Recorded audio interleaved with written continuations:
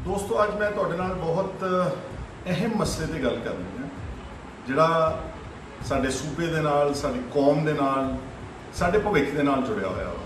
और वो मसला है कि पिछले दिनी दरबार साहब विखे अकाल तख्त साहब विखे 6 जून नूं जिहड़े समागम होए हर साल की तरह से जो हमला होया सी 1984 उस नूं लैके उहदे विच ज्ञानी हरप्रीत सिंह जी जिहड़े अकाल तख्त साहब के जत्थेदार ने उन्हों की मैं तकरीर सुनी आ।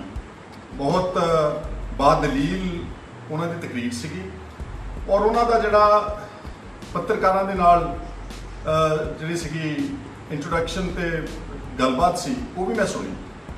पत्रकार उन्होंने दोबारा पूछ रहे थे, कुछ पत्रकार कि खालिस्तान बारे तुहाडा की विचार है, खालिस्तान बारे तुहाडा की विचार है, खालिस्तान बारे की तुहाडा विचार है। तो ज्ञानी हरप्रीत सिंह जत्थेदार साहब ने कहा कि अगर सानू भारत की सरकार खालिस्तान दे देगी तो असीं ले लांगे। इस गल के उत्ते फिर बहुत बवाल उठा, बहुत सारे टेलीविजन स्टूडियोज़ में डिबेट्स डिस्कशनस हुए। और मैं कुछ दिनों तो देख रहा सीगा कि जिहड़े पंजाब के आगू ने वो जो खालिस्तान का जिक्र होता बहुत डरते हैं, बहुत घबराते हैं और बड़ा बेतुकियां दलीलां ते बड़े आप होदरे बयान देंदे ने घबराहट में आण के। क्योंकि जो तुसी मन तो सच्ची गल नहीं कह रहे, बनौटी गल कहते हो तो तुसी किते ना किते धोखा खाओगे। मैं खालिस्तान का हमायती नहीं कर, मैं कोई खालिस्तान की सपोर्ट नहीं करता, पर जिहड़ा ज्ञानी हरप्रीत सिंह जत्थेदार साहब ने दलील दी, एक वितकरे की दास्तान गनाई उन्होंने पूरी कि इस तरह जिहड़े सिख सीगे पंजाबी सब तो वड्डा खमियाजा उन्होंने जिहड़ा पाकिस्तान ते भारत का बंटवारा होया उहदे विच सब तो ज़्यादा नुकसान सिखां ने ते पंजाबियों ने उठाया। जायदादां उजड़ गईयां, कतलो गारत हुई, लाशां डिगियां और बहुत वड्डी तादाद में, शायद एडा वड्डा होलोकॉस्ट कभी आम इतिहास में नहीं देखने को मिला।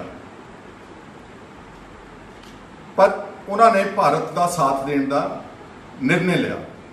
और इस तो पहला जो अंग्रेज़ों के नाल लड़ाई चल रही सी तो ये कोई अथकथनी नहीं की कि सब तो वड्डा योगदान भी उस वक्त बहादुर पंजाबियों ते सिखां ने पाया। आप भगत सिंह होना दी, सुखदेव राजगुरू की गल जानते हैं, करनैल सिंह ईसूरी की कुर्बानी जानते हैं। इत्थे गोवा इस देश की आज़ादी में सब तो ज़्यादा फांसियां के रस्से सिखां ने ते पंजाबियों ने चुमे। दूर दराडे काले पानी दीयां कैदा कट्टियां, भारत आज़ाद हो गया। सारे सूबियां नूं, ज्ञानी जी कह रहे हैं, मैं नहीं कह रहा, सारे सूबियां नूं अपनी भाषा के आधार के उत्ते सूबे बनाने का अधिकार मिल गया। चाहे वह तमिलनाडु सी, चाहे वह केरला सी, चाहे वह आंध्र प्रदेश सी। पंजाब नूं पंजाबी जुबान के आधार के उत्ते अपना सूबा नहीं बनाउण दिता। फिर साडे पुरखियां ने मोर्चा लाउणा पिया, जदोजहद करनी पई, कुर्बानियां देनियां पईयां। बहुत मुश्किल के नाल 1966 के विच अज जिहड़ा पंजाब जिस शक्ल में सानूं पंजाब मिलिया, पर मिलिया लंगड़ा लूला। साडी राजधानी चंडीगढ़ साडे तो बाहर कर दी गई। जिस हरियाणे ने कोई जदोजहद नहीं की, कोई मंग नहीं की सूबे की, उन्होंने ऑटोमैटिकली सूबा मिल गया। जिस हिमाचल प्रदेश ने कभी स्टेट की मंग नहीं की, उन्होंने शिमले की राजधानी भी मिल गई तो उन्होंने सूबा भी मिल गया। साडी पंजाबी बोलते इलाके बाहर रह गए। और इत्थे बस नहीं, छेती उस वक्त की भारत की सरकार ने यूनीलैटरली पानियां का अवार्ड कर दिता। साडे दरियाई पानी जिहड़े इंटरनैशनल राइपेरियन लॉज नूं छिक्के ते टंग के वो सारे पानी चक के बहुत वड्डी तादाद मिलियन एकड़ फुटां दे विच MAF दे विच राजस्थान नूं देते, हरियाणे नूं देते, दिल्ली नूं देते। ये कोई छोटा वितकरा नहीं सीगा। ये सानूं भारत की आज़ादी में योगदान पाने वास्ते ते पाकिस्तान तो उजड़ के भारत में आने वास्ते ते इस देश का साथ देने वास्ते, इसका भविख बनाने वास्ते सानूं पहला तोहफा दिता गया। पर सिख ते बहादुर पंजाबी कभी पिछे नहीं हटे।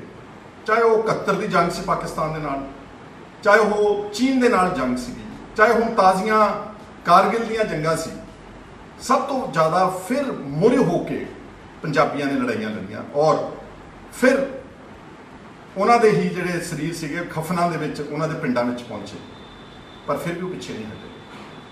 ਪਾਣੀਆਂ ਦੇ ਇਸ ਕਾਣੀ ਵੰਡ ਤੋਂ ਬਾਅਦ, ਇਸ ਵਿਤਕਰੇ ਤੋਂ ਬਾਅਦ ਫਿਰ ਦਰਬਾਰ ਸਾਹਿਬ ਤੇ ਜਿਹੜਾ 1984 'ਚ ਹਮਲਾ ਹੋਇਆ, ਉਹ ਐਕਸੈਸਿਵ ਯੂਜ਼ ਆਫ ਫੋਰਸ ਸੀ। ਸਾਰੀ ਸਰਕਾਰ ਨੂੰ ਪਤਾ ਸੀਗਾ ਕਿ ਉਦੋਂ ਸ਼ਹੀਦੀ ਪੁਰਬ ਚੱਲ ਰਹੇ ਨੇ, ਬਹੁਤ ਵੱਡੀ ਤਾਦਾਦ ਵਿੱਚ ਸ਼ਰਧਾਲੂ, ਸਾਰੇ ਔਰਤਾਂ, ਬੱਚੇ, ਬਜ਼ੁਰਗ ਦਰਬਾਰ ਸਾਹਿਬ ਦੇ ਅੰਦਰ।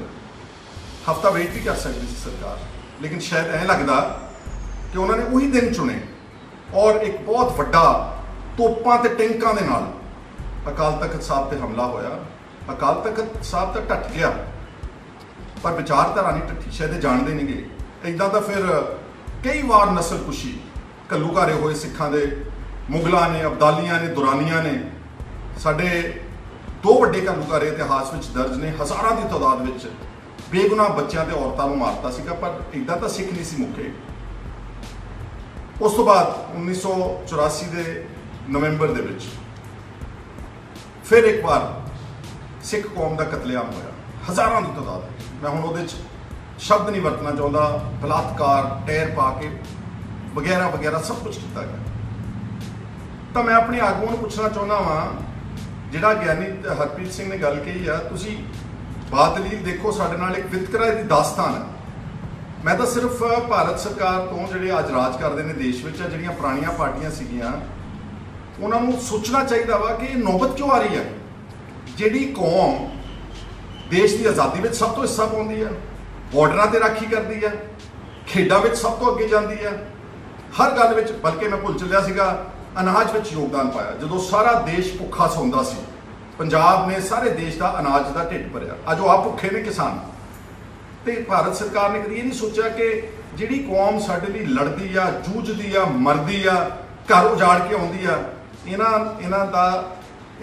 ਦੇ ਕੋਈ ਜ਼ਿਆਦਤੀ ਨਹੀਂ ਹੋਣੀ ਚਾਹੀਦੀ, ਇਹਨਾਂ ਦਾ ਧਿਆਨ ਰੱਖਣਾ ਚਾਹੀਦਾ। ਔਰ ਇੱਕ ਕਮਿਟਮੈਂਟ ਸੀਗੀਆਂ ਉਸ ਵਕਤ ਦੇ ਕਾਂਗਰਸ ਦੇ ਲੀਡਰਸ, ਪੰਡਤ ਜਵਾਹਰ ਲਾਲ ਨਹਿਰੂ ਹੁਣਾਂ ਨੇ ਜਦੋਂ ਸਿੱਖਾਂ ਨੂੰ ਵੂ ਕੀਤਾ, ਸਾਡੀ ਜਿਹੜੀ ਉਸ ਵਕਤ ਦੀ ਲੀਡਰਸ਼ਿਪ ਸੀ, ਮਾਸਟਰ ਤਾਰਾ ਸਿੰਘ ਜੀ, ਉਹਨਾਂ ਨੂੰ ਇਹ ਭਰੋਸਾ ਦਿਵਾਇਆ ਗਿਆ ਸੀਗਾ ਕਿ ਜਦੋਂ ਤੁਸੀਂ ਸਾਡੇ ਨਾਲ ਆਓਗੇ, ਅਸੀਂ ਤੁਹਾਡੀ ਆਰਥਿਕ ਤਰੱਕੀ ਦਾ ਧਿਆਨ ਰੱਖਾਂਗੇ, ਤੁਹਾਡੀ ਧਾਰਮਿਕ ਪਰਪੱਕਤਾ ਤੇ ਆਜ਼ਾਦੀ ਦਾ ਧਿਆਨ ਰੱਖਾਂਗੇ, ਤੇ ਤੁਹਾਨੂੰ ਜਿਹੜਾ ਹੈਗਾ ਇਸ ਦੇਸ਼ ਵਿੱਚ ਪੂਰਾ ਮਾਣ ਸਤਿਕਾਰ ਦਿੱਤਾ ਜਾਊਗਾ।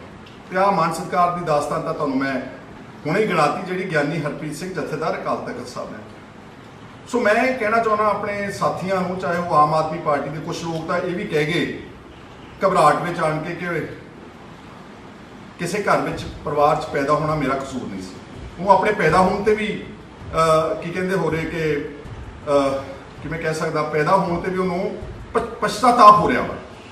ਕੁਝ ਸਾਡੇ ਹੋਰ ਵਿਦਵਾਨ ਆਗੂ ਨੇ ਜਿਹੜੇ ਉਹ ਆਪਣੇ ਆਪ ਨੂੰ ਕਹਿੰਦੇ ਅਸੀਂ ਸੈਕੂਲਰ ਹਾਂ, ਅਸੀਂ ਨੈਸ਼ਨਲਿਸਟ ਹਾਂ, ਅਸੀਂ ਖਾਲਿਸਤਾਨ ਦੀ ਮੰਗ ਦੇ ਉਲਟ ਹਾਂ।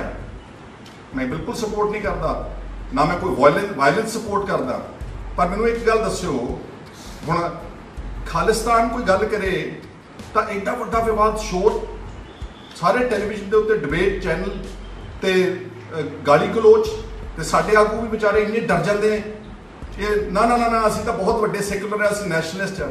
ਤੇ ਜਦੋਂ ਇਸ ਦੇਸ਼ ਦੇ ਵਿੱਚ ਜ਼ਿੰਮੇਵਾਰ ਪਾਰਟੀਆਂ, ਬੀਜੇਪੀ, RSS, ਵਿਸ਼ਵ ਹਿੰਦੂ ਪਰਿਸ਼ਦ ਦੇ ਜ਼ਿੰਮੇਵਾਰ ਆਗੂ, ਕਈ ਵਾਰ ਮੈਂਬਰ ਪਾਰਲੀਮੈਂਟ, ਉਹ ਜਦੋਂ ਹਿੰਦੂ ਰਾਸ਼ਟਰ ਦੀ ਗੱਲ ਕਰਦੇ ਨੇ ਇਸੇ ਦੇਸ਼ ਵਿੱਚ, ਕੀ ਉਹ ਵੱਖਵਾਦੀ ਏਜੰਡਾ ਨਹੀਂ ਗਾ?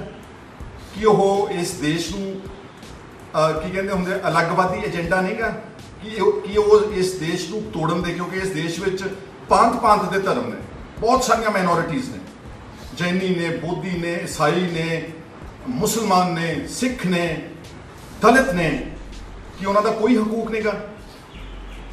ਉਹ ਰਾਸ਼ਟਰਵਾਦ, ਹਿੰਦੂ ਰਾਸ਼ਟਰਵਾਦ ਦੀ ਗੱਲ ਕਰਨ ਤੇ ਉਹ ਫਿਰ ਵੀ ਨੈਸ਼ਨਲਿਸਟ ਨੇ। ਤੇ ਜੇ ਕੋਈ ਉੱਠ ਕੇ ਮਾੜਾ ਜਿਹਾ ਟਿੱਪਣੀ ਵੀ ਕਰ ਦੇਵੇ, ਸਪੋਰਟ ਨਹੀਂ ਕਰਦਾ, ਉਹ ਕਹਿੰਦਾ ਚੰਗਾ ਜੇ ਭਾਰਤ ਸਰਕਾਰ ਦਿੰਦੀ ਹੈ ਤੇ ਅਸੀਂ ਲੈ ਲਾਂਗੇ, ਕਿਉਂਕਿ ਕਿਸ ਨੂੰ ਆਪਣਾ ਘਰ ਚੰਗਾ ਨਹੀਂ ਲੱਗਦਾ।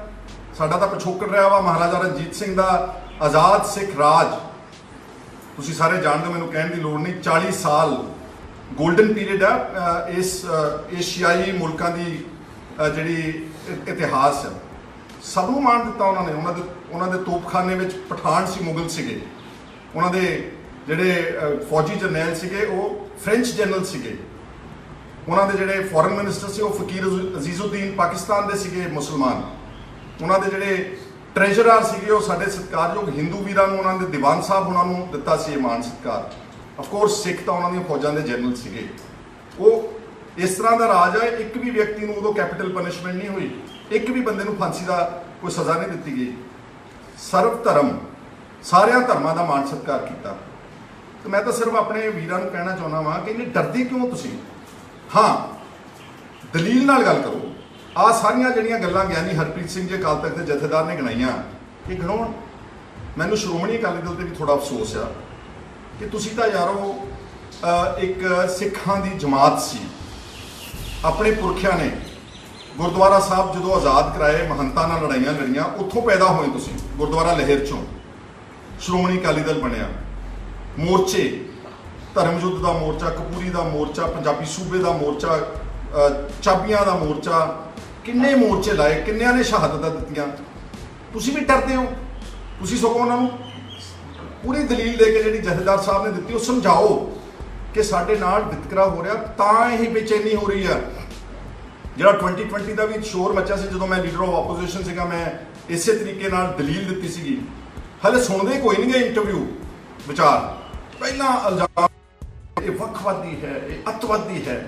ਤੇ ਜਿਹੜਾ ਅੱਤਵਾਦ, ਸਟੇਟ ਸਪਾਂਸਰਡ ਟੈਰਰਿਜ਼ਮ ਸਾਡੇ ਦੇ ਉੱਤੇ ਕਹਿਰ ਮਚਾਇਆ ਗਿਆ, ਜਿਹੜਾ ਹਜ਼ਾਰਾਂ ਦੀ ਤਾਦਾਦ ਵਿੱਚ ਬੇਗੁਨਾਹ ਔਰਤਾਂ, ਬੱਚਿਆਂ, ਬਜ਼ੁਰਗਾਂ ਨੂੰ 1984 ਦੇ ਵਿੱਚ ਨਾ ਸਿਰਫ ਦਿੱਲੀ ਬਲਕਿ ਸਾਰੇ ਦੇਸ਼ ਦੇ ਵਿੱਚ ਕਤਲੋ ਗਾਰਤ ਕੀਤਾ ਗਿਆ, ਉਹ ਸਟੇਟ ਸਪਾਂਸਰਡ ਟੈਰਰਿਜ਼ਮ ਨਹੀਂ ਸੀਗਾ।